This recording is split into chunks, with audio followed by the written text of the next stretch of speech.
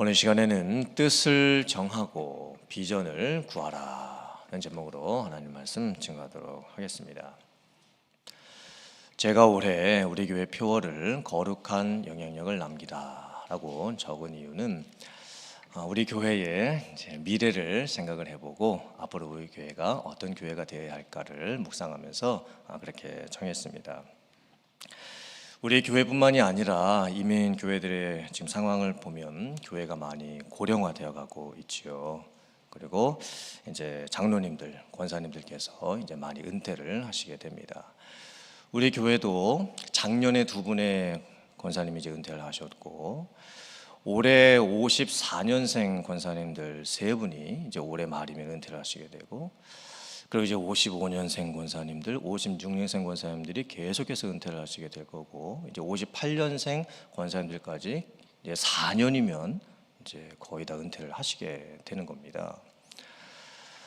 사실 우리가 권사님이라는 그 직분에 대해서 조금 다른 좀 관점을 가질 필요가 있는데요. 이민교회에서는 권사님들 하면 좀 나이가 많으신 분들이 되시는 직분이라고 생각을 하고 있지요. 하지만 최근에는 권사님에 대한 그런 견해가 많이 바뀌었습니다. 한국에서는 합동측 교단 경우에 권사님들이 45세부터 될 수가 있습니다. 그리고 통합측 교단에서는 권사님들이 35세부터 되실 수가 있습니다. 즉 상당히 젊은 분들을 교회에서 권사님으로 세우고 그 직분을 맡긴다는 의미지요. 권사님들이 나이가 돼서 받는 직분이 아닙니다.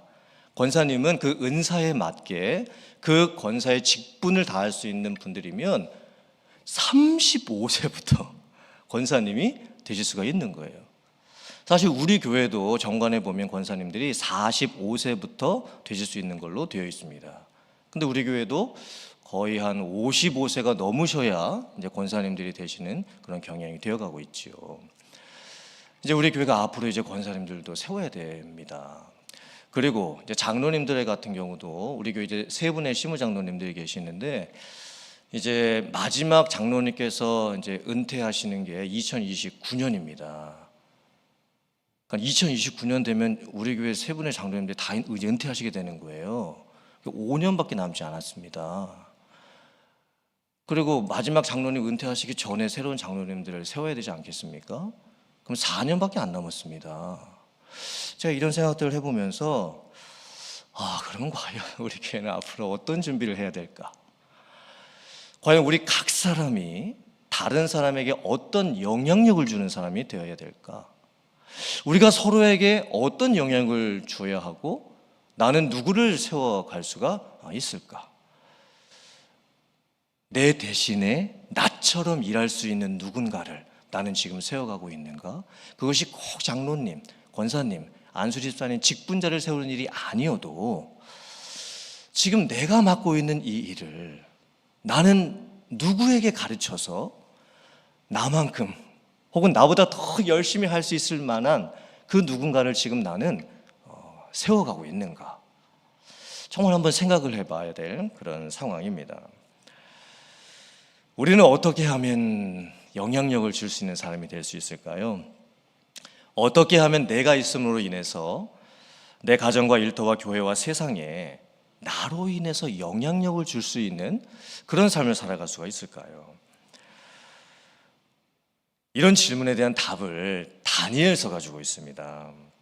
다니엘이라고 하는 인물, 또 다니엘이 살던 시대와 역사, 다니엘이 당했던 이 고통 등을 살펴보면 하나님께서 우리에게 주시는 답이 있습니다. 다니엘이 살던 시대에 남유다 나라가 망했습니다. 그리고 하나님의 백성들이 바벨론으로 포로로 끌려가게 됩니다. 다니엘도 BC 605년에 제1차 포로로 끌려가게 되지요.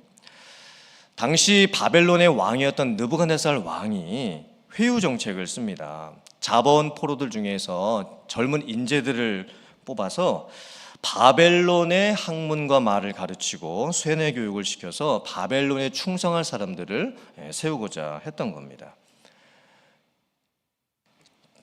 하나님의 백성들에게 이제 히브리어도 쓰지 말라고 하고 이제 바벨론 말을 가르치는 거죠. 그리고 바벨론의 종교와 바벨론의 학문을 가르칩니다. 그래서 이제 왕궁에서 일할 만한 사람들을 이제 뽑으려고 했던 거죠. 3년이라고 하는 훈련의 기간을 두었습니다.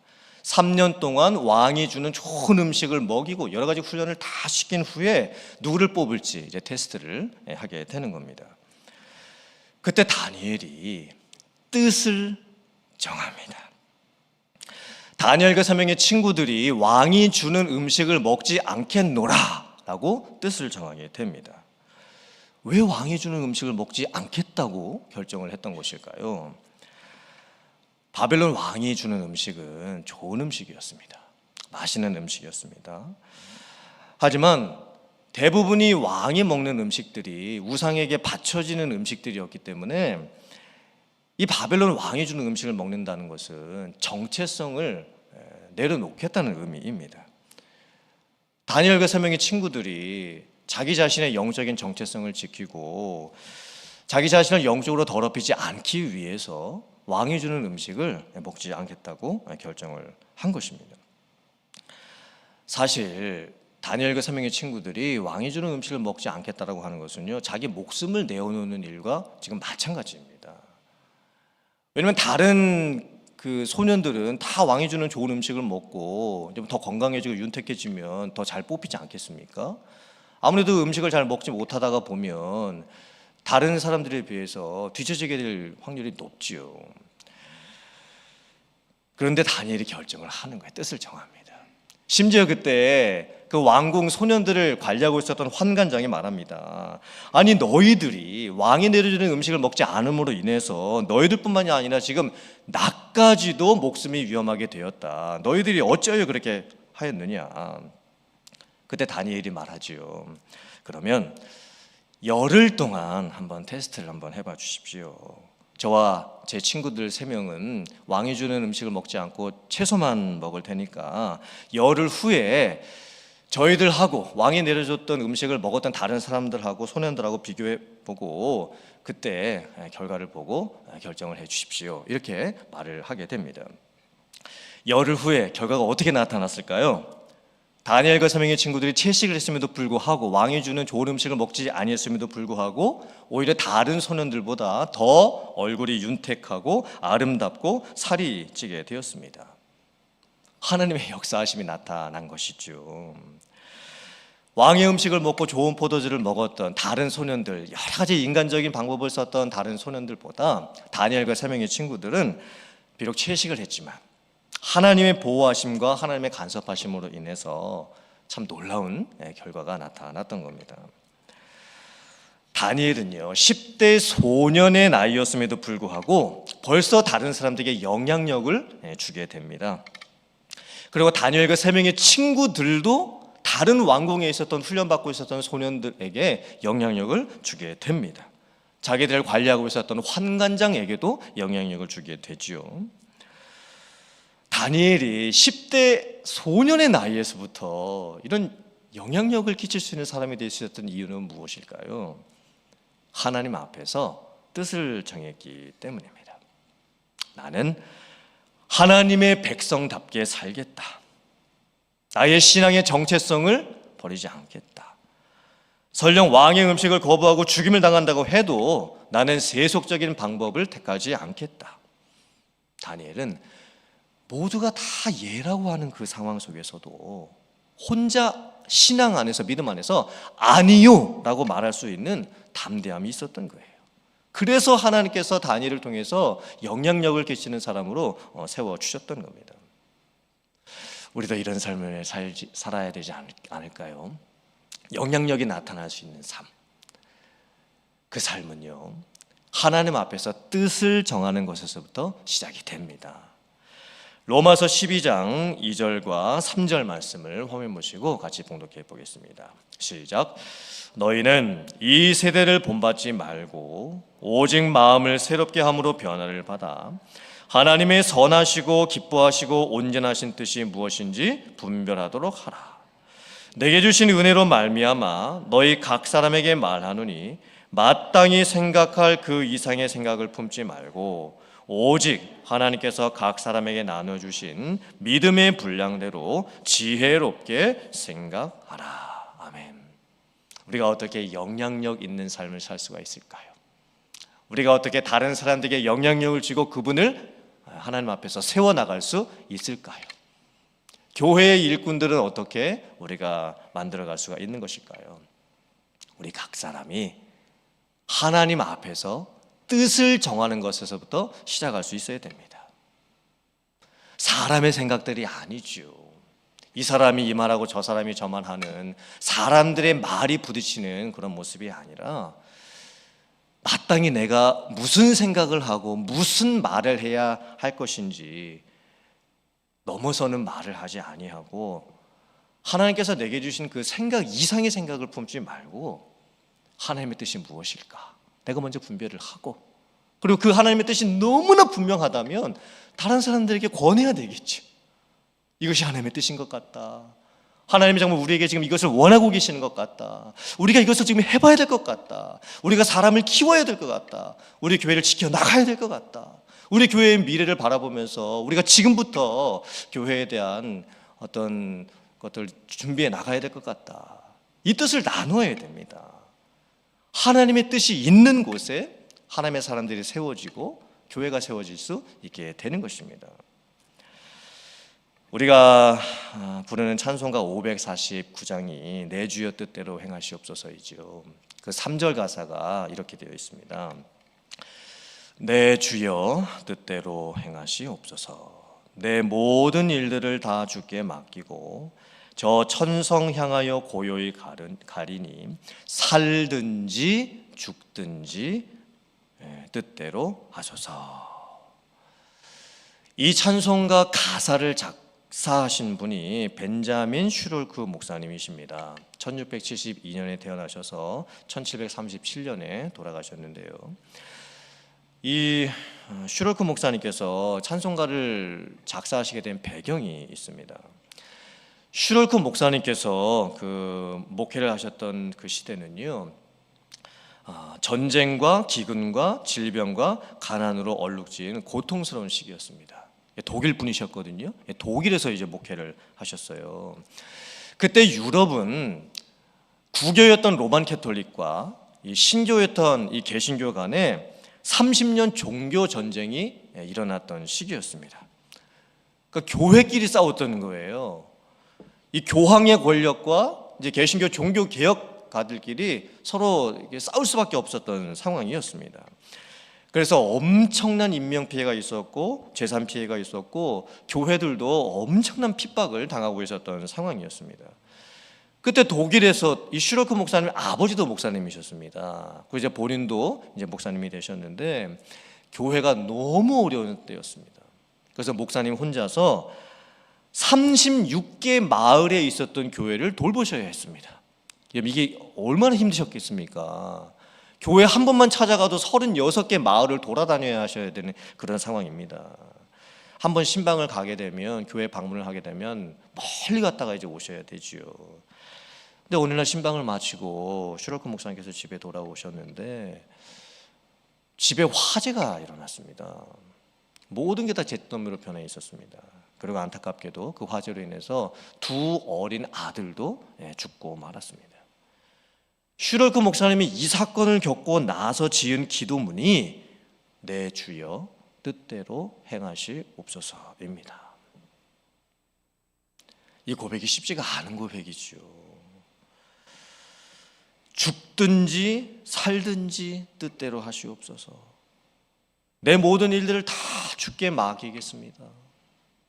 제가 천성 가는 그 날까지 저는 고요히 가겠습니다. 잠잠히 가겠습니다. 하나님의 뜻대로만 행하면서 가겠습니다. 제가 살든지 죽든지 다 하나님께 맡깁니다.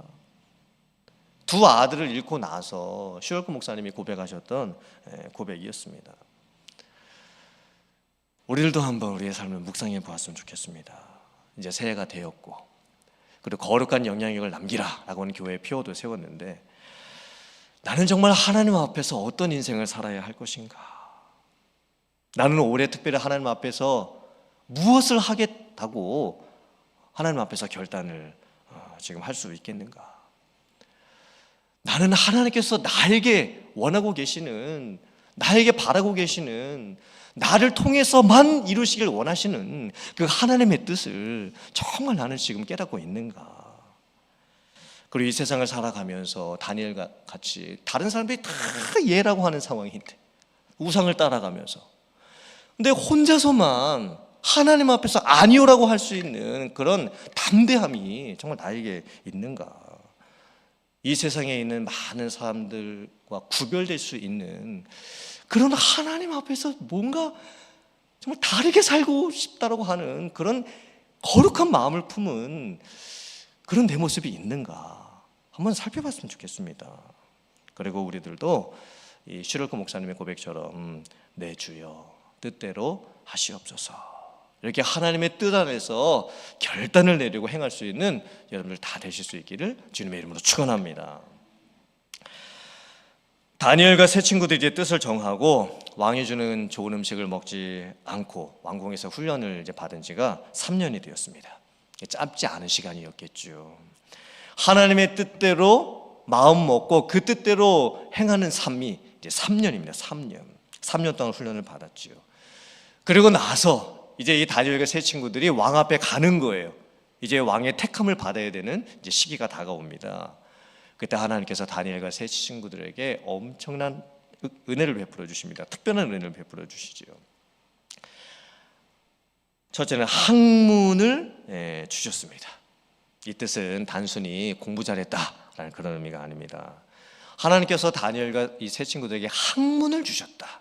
이 의미가 무엇이냐면 어떤 사물이나 현상을 철저히 깨달아 알게 한다라고 하는, 이 히브리어 동사 야다흐에서 이제 유래한 동사인데요. 이 뜻이 뭐냐면 하나님이 주시는 지식이 있다는 거예요. 단순히 이게 세상적인 지식을 말하는 게 아닙니다. 뭐 공부 잘했다, 좋은 대학교 갔다, 이런 의미가 아닙니다. 지식인데 그 지식이 어떤 지식이냐면 어떤 사물이나 현상을 다 깨달아서 알 수 있는 그런 깨달음을 주시는 거예요.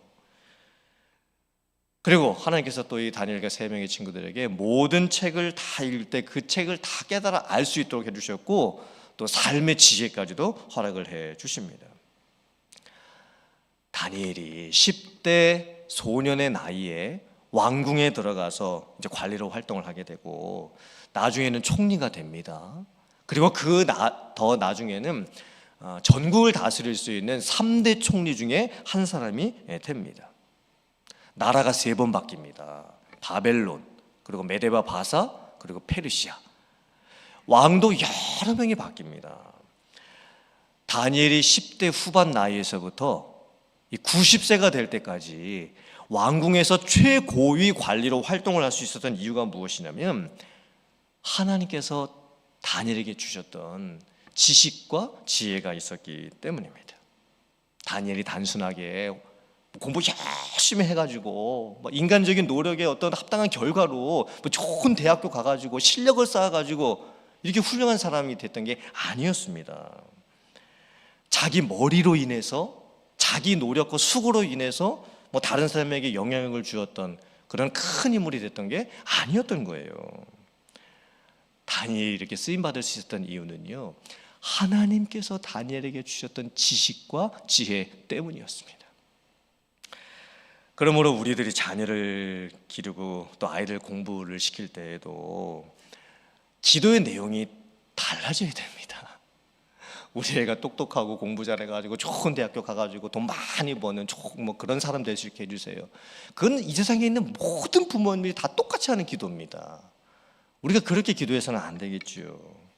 하나님, 저희 자녀들이 또 우리 교회에서 자라나는 우리 아이들이 세상적인 지식뿐만이 아니라 하나님이 주시는 지식과 지혜가 있어서 어떤 사람 앞에 섰을 때 그 사람에게 무슨 말을 해야 되고 어떤 사건을 겪을 때 그 일들을 어떻게 해결해 나가야 될지 하나님이 주시는 지식과 지혜가 있게 해 주시옵소서.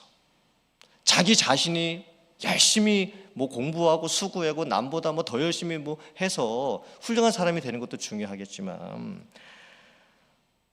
이 아이들이 기도로서 자라가게 되고, 그리고 부모님의 기도를 통해서 자라가게 되고, 교회 안에서 신앙적인 훈련들을 잘 받으면서 정말 하나님이 주시는 지식과 지혜를 갖는 그런 아이들로 자라게 해 주시옵소서.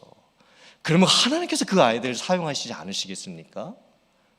이런 기도가 우리 부모님들의 기도, 또 교회에서 우리 자녀 세대를 키워가는 어른들의 기도가 되어야 될 줄 믿습니다. 하나님께서 또 다니엘에게는요, 다른 친구들에게 없는 것을 더 주셨는데, 그것은 환상과 꿈을 깨달아 아는 것이었습니다. 다니엘에게만 주셨던 것이 환상과 꿈을 깨달아 아는 것이었습니다. 이게 의미가 뭘까요? 환상이라고 하는 것은 뭐 황홀경을 체험하는 게 아닙니다. 히브리어 하존이라고 하는데, 이 환상의 의미가 무엇이냐면 육안이 아니라 영안이 열려서 어떤 현상을 보는 것입니다. 특별히 구약 성경에서 하존이라고 하는 히브리어 단어는 언제 쓰였냐면 하나님께서 선지자들을 세우실 때 사용하셨던 단어입니다. 하나님의 계시를 주셔서 하나님의 뜻을 깨닫게 하시고 장차 일어날 일들을 알게 하셨던 것, 그게 바로 환상, 하존이었습니다. 그러므로 이 말씀은요, 하나님께서 10대 소년이 되었던 다니엘을 벌써 선지자로 삼으셨다라는 뜻이에요. 또 꿈을 깨달아 안다라고 하는 것은 문자 그대로 잠자면서 꾸는 꿈에 대한 해석입니다. 당시 이제 바벨론과 같은 고대 근동아시아 나라에서는요, 이 꿈, 잠자면서 이제 꾸었던 이 꿈에 대한 해석하는 것을 아주 중요하게 여겼습니다. 나중에 이제 제가 다다음 금요일 날 말씀드리겠지만, 다니엘이 느부갓네살 왕이 꾸었던 그 꿈을 이제 해석을 해주게 되지요. 그 꿈을 아무나 해석할 수 있는 게 아니었습니다. 환상이라고 하는 단어를 이제 영어 성경에서는 비전이라고 번역을 했는데, 사실 이 비전이라는 단어도 오해가 많은 단어입니다. 우리들이 사용하는 비전이라고 하는 단어는요, 리더십 영역에서 이제 사용하는 단어가 되었습니다. 비전을 가져라, 비전을 갖는다. 그래서 우리가 비전을 갖게 된다라는 의미를 자꾸 어떻게 오해를 하게 되냐면 세속적인 의미로 오해를 하게 되죠. 내가 미래에 무엇이 되고 싶다라고 어떤 간절한 생각을 갖게 되는 것, 그리고 나는 반드시 이런 일들을 이루는 사람이 되고 말 거야 라고 어떤 결단을 할 수 있게 되는 것. 그래서 비전이라고 하는 것을 내가 나중에 어떤 사람이 되고 싶은지, 내가 나중에 어떤 일을 하고 싶은지 내가 갖는 것으로 생각을 합니다. 그런데 성경을 가만히 보면요, 성경에 있는 인물들 중에서, 하나님이 사용하셨던 인물들 중에서 그 어떤 사람도 난 커서 뭐가 되고 싶어요, 난 나중에 자라서 이런 사람이 되고 싶어요, 이렇게 생각했던 인물이 한 명도 없습니다. 비전은 사람이 갖는 게 아니었습니다. 비전은 내가 갖는 게 아닙니다. 비전은 하나님께서 어떤 사람에게 갖고 계시는 하나님의 뜻입니다. 그래서 우리는 하나님의 비전을 구해야 되는 거예요. 하나님께서 저에게 어떤 비전을 가지고 계십니까? 하나님께서 우리 교회에 어떤 비전을 가지고 계십니까? 제가 그것을 깨달아 알고 싶습니다. 그래서 하나님이 내게 주시는 비전을 깨달아 알고, 하나님께서 우리 교회에 주시는 비전을 깨달아 알아서 제가 하나님의 사람이 되고 싶습니다. 우리 교회가 하나님의 교회가 되고 싶습니다. 이게 바로 비전을 갖게 된다는 의미인 거예요. 완전히 다른 의미죠. 이 세상에서 리더십에서 사용하는 비전의 개념하고 이 성경에서 나오는 비전의 개념은 완전히 다른 겁니다. 사랑하는 성도님들, 오늘 이 다니엘서 말씀을 보면서 여러분들은 정말 올해 이 새해가 시작이 되었는데 어떤 인생을 올해 살고 싶으십니까? 하나님께서는 왜 우리들을 여기에 있게 하셨을까요? 2024년 왜 저와 여러분들을 여기에 이렇게 심어 놓으신 걸까요? 하나님께서 나만을 통해서 이루시길 원하시는 하나님의 뜻이 계시기 때문입니다. 하나님께서 왜 우리 교회를 여기에 세워놓으셨을까요? 하나님께서 우리 교회만을 통해서 이루시길 원하시는 하나님의 뜻이 있으시기 때문입니다. 사랑하는 성도님들, 그래서 저희들이 하나님의 그 뜻 안에서 우리가 하나님의 뜻을 구하기를 원합니다. 그리고 하나님께서 우리에게 바라고 원하고 계시는 그 하나님의 비전을 구하기를 원합니다. 그리고 그 비전을 구하고 이루어가고 그리고 거룩한 영향력을 남겨갈 수 있는 여러분들 다 되실 수 있기를 주님의 이름으로 축원합니다. 아멘.